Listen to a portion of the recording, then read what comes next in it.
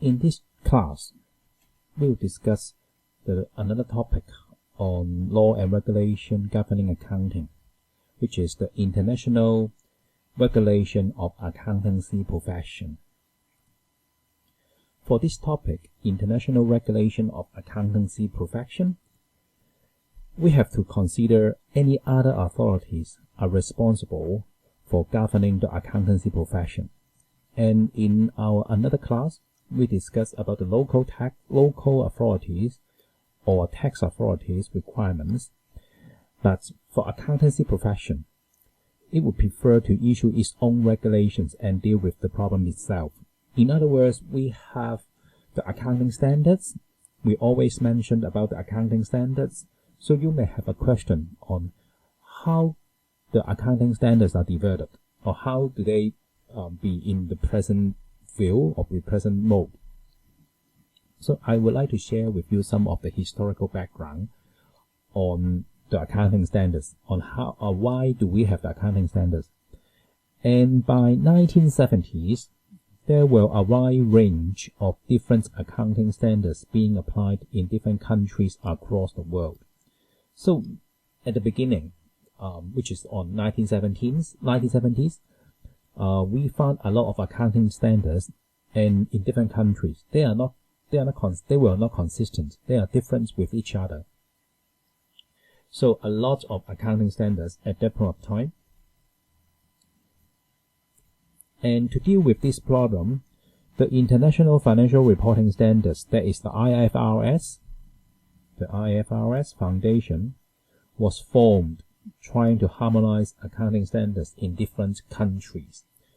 So it's a long-term project because in many countries before 1970s, they have their own accounting standards. But even with the idea to harmonize all accounting standards after 1970s, it spent more than 2 decades in order to harmonize all standards. And many countries right now adopt the IFRS. So here we would like to discuss about the role of IFRS Foundation. And before we move on, just one more knowledge to share is in the world right now, we have 2 camps on the accounting standard. One is the IFRS, the International Financial Reporting Standards, adopted by many countries, like many countries in Europe or in Asia. But in America, they have their accounting standard, which is the accounting board or accounting body over, or in United States, to set up the accounting standards is called the FASB or FASB, the Financial Accounting Standard Board.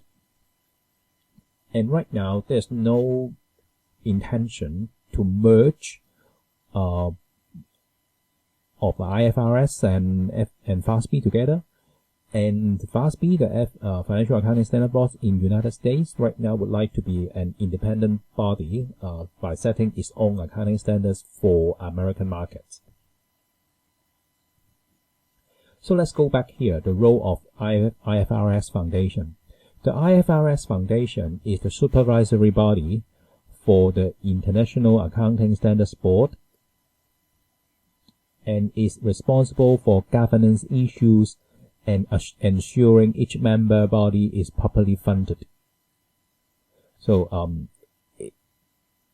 it's the supervisory body for the International Accounting Standard Board. So here, very important is the International Accounting Standard Board, that is the IASB, which is responsible for publish and interpret the accounting standards. And here is a bit blurred, but it's the key elements I download from the IFRS website. And here you can see for the IFRS Foundation's objective, there are 4 objectives altogether. First, to develop, in the public interest, high quality, understandable, enforceable, and globally accepted standards for general purpose financial reporting based on clearly articulated principles. So the first objective is to develop understandable, high quality and enforceable or even globally accepted accounting standards across the world. So here is the first objective of our IFRS Foundation. Next, to promote the use and rigorous application of those standards. So you cannot only set the standards or develop standards and no one uses it is not the ideal case. So IFRS Foundation has to promote the use and application of those standards across the world in different business organizations. And the third objective is to take account of the needs of various sizes and types of entities in diverse economic settings when developing and promoting use of those standards. So the standards can be applied and adopted with different sizes of company and with different types of entities as well. So it can be generally accepted and applied. And the fourth objective is to promote and facilitate adoption of those standards. So it's quite straightforward on the last objective of IFRS Foundation.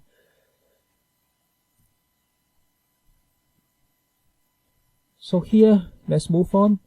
We just talked about the IFRS Foundation and also the International Accounting Standards Board. So here, we'd like to share the structure of IFRS Foundation. The IFRS Foundation has a 3-tier governance structure. So first tier, second tier, and third tier. Those 3 tiers governance structure based on 2 independent standards setting boards of experts. So you can see there's one board called International Accounting Standard Boards or IASB, and the other board is called International Sustainability Standard Board, ISSB.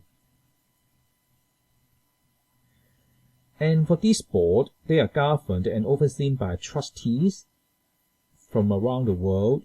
So the trustee members are not just from one country, it's come from around the world, who in turn are accountable to a monitoring board. So monitoring board is the IFRS Foundation Monitoring Board of public authorities. And our focus here is on accounting standard. So we look at the IFRS accounting standard here, which is responsible by IASB, International Accounting Standards Boards. And there are 2 more committees that I would like to highlight here. One is the IFRS Advisory Council. It provides advice to trustee, to IASB and ISSB.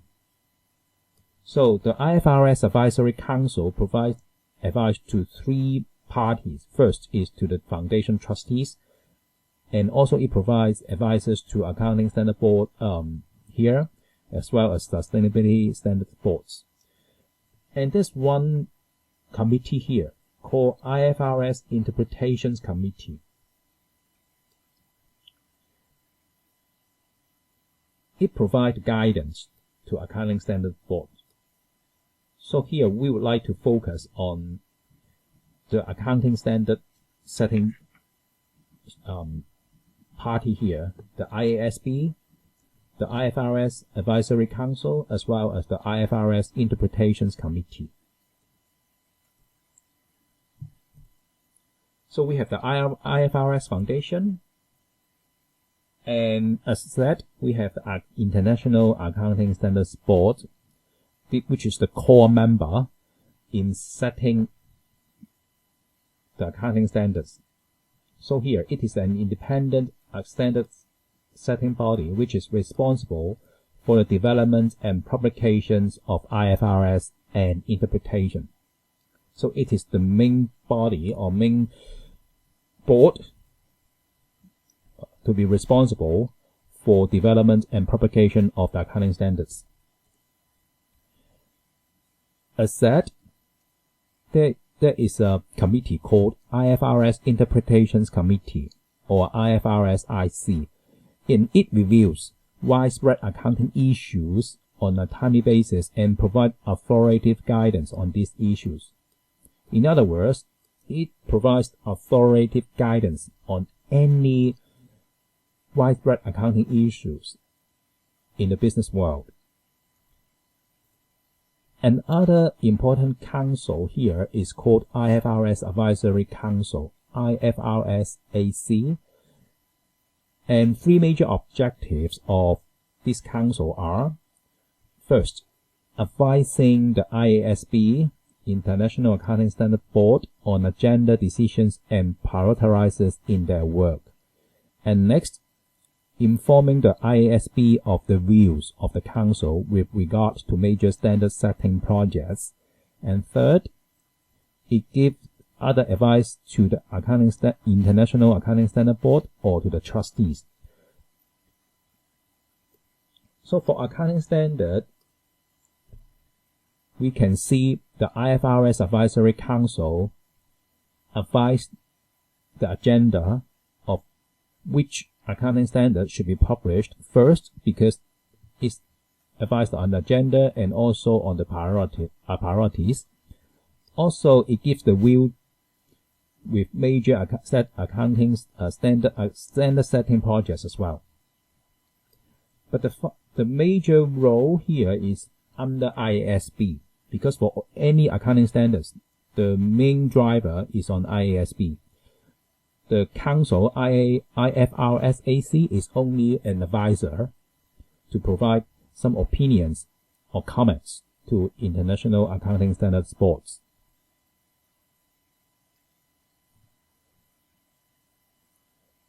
And for IASB, its aims are to develop a single set of high-quality, understandable, and enforceable global accounting standards, and to cooperate with national accounting standard setters to achieve convergence in accounting standards around the world. So remember, in our discussion, we described the background of why do we have the the IFRS, International Financial Reporting Standards, or the Council. Why do we have such council?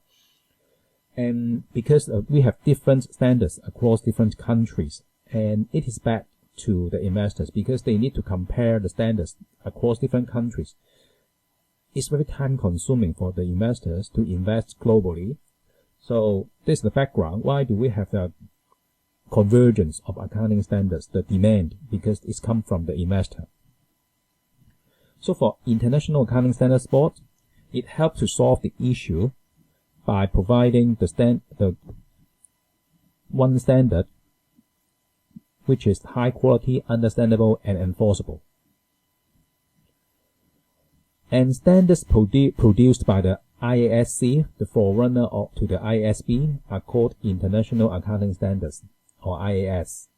It's a bit confused here because we have another term called IFRS, because it's a change of the accounting standard setting organization. Initially, it called IASC, International Accounting Standard Committee, but right now it changed to IASB, International Accounting Standard Board. And to differentiate, we changed the name right now to IFRS, International Financial Reporting Standards, to differentiate the difference, or to differentiate it from the initial standards, which is called International Accounting Standards. So here is the history. So just for your information, and right now, remember, we have the IFRS. And here, I would like to share with you about how the new accounting standards developed. There's a procedures with several steps. As I just mentioned,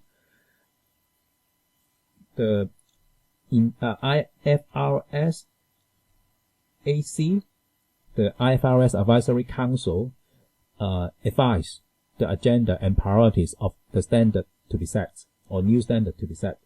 So here, first step is the IASB, International Accounting Standard Board, because the agenda was advised by the IFRS AC. So the working group in IASB will develop the new standard based on the agenda and priorities. And within the IASB, is it has the Standards Advisory Council. To have the Standards Advisory Council input, the Council will provide the comments and guidance on the new standard. So right now, the working group just developed the new standard, and this council, this Advisory Council, will provide the input to see whether there's any issue or consequences based on the new standard to be published, or just to be just to draft standard. And once the council input has been considered by the ISB working group, a discussion paper will be issued or published for public comments. So this discussion paper is just a very rough draft, or I call it a first draft for public comments. So there's a views from the public about the new standard and concern or consider those views. After that, an exposure draft for public will be issued. Exposure draft is different from discussion paper. A lot of changes can be made between the DP and ED. So after the public comment, maybe there's a lot of accountancy profession or the practitioners or any other bodies in the community or in the public to raise their concern and suggestion for the accounting standard in the discussion paper. The ISB will issue the exposure draft for another comment. I can call it as a second draft for the public.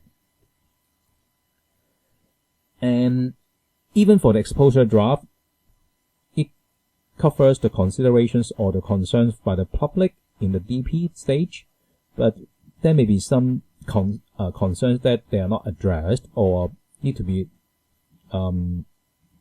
pending for the public comments as well. So maybe some minor revisions can be found in the exposure draft. So there is any revision is possible in this stage.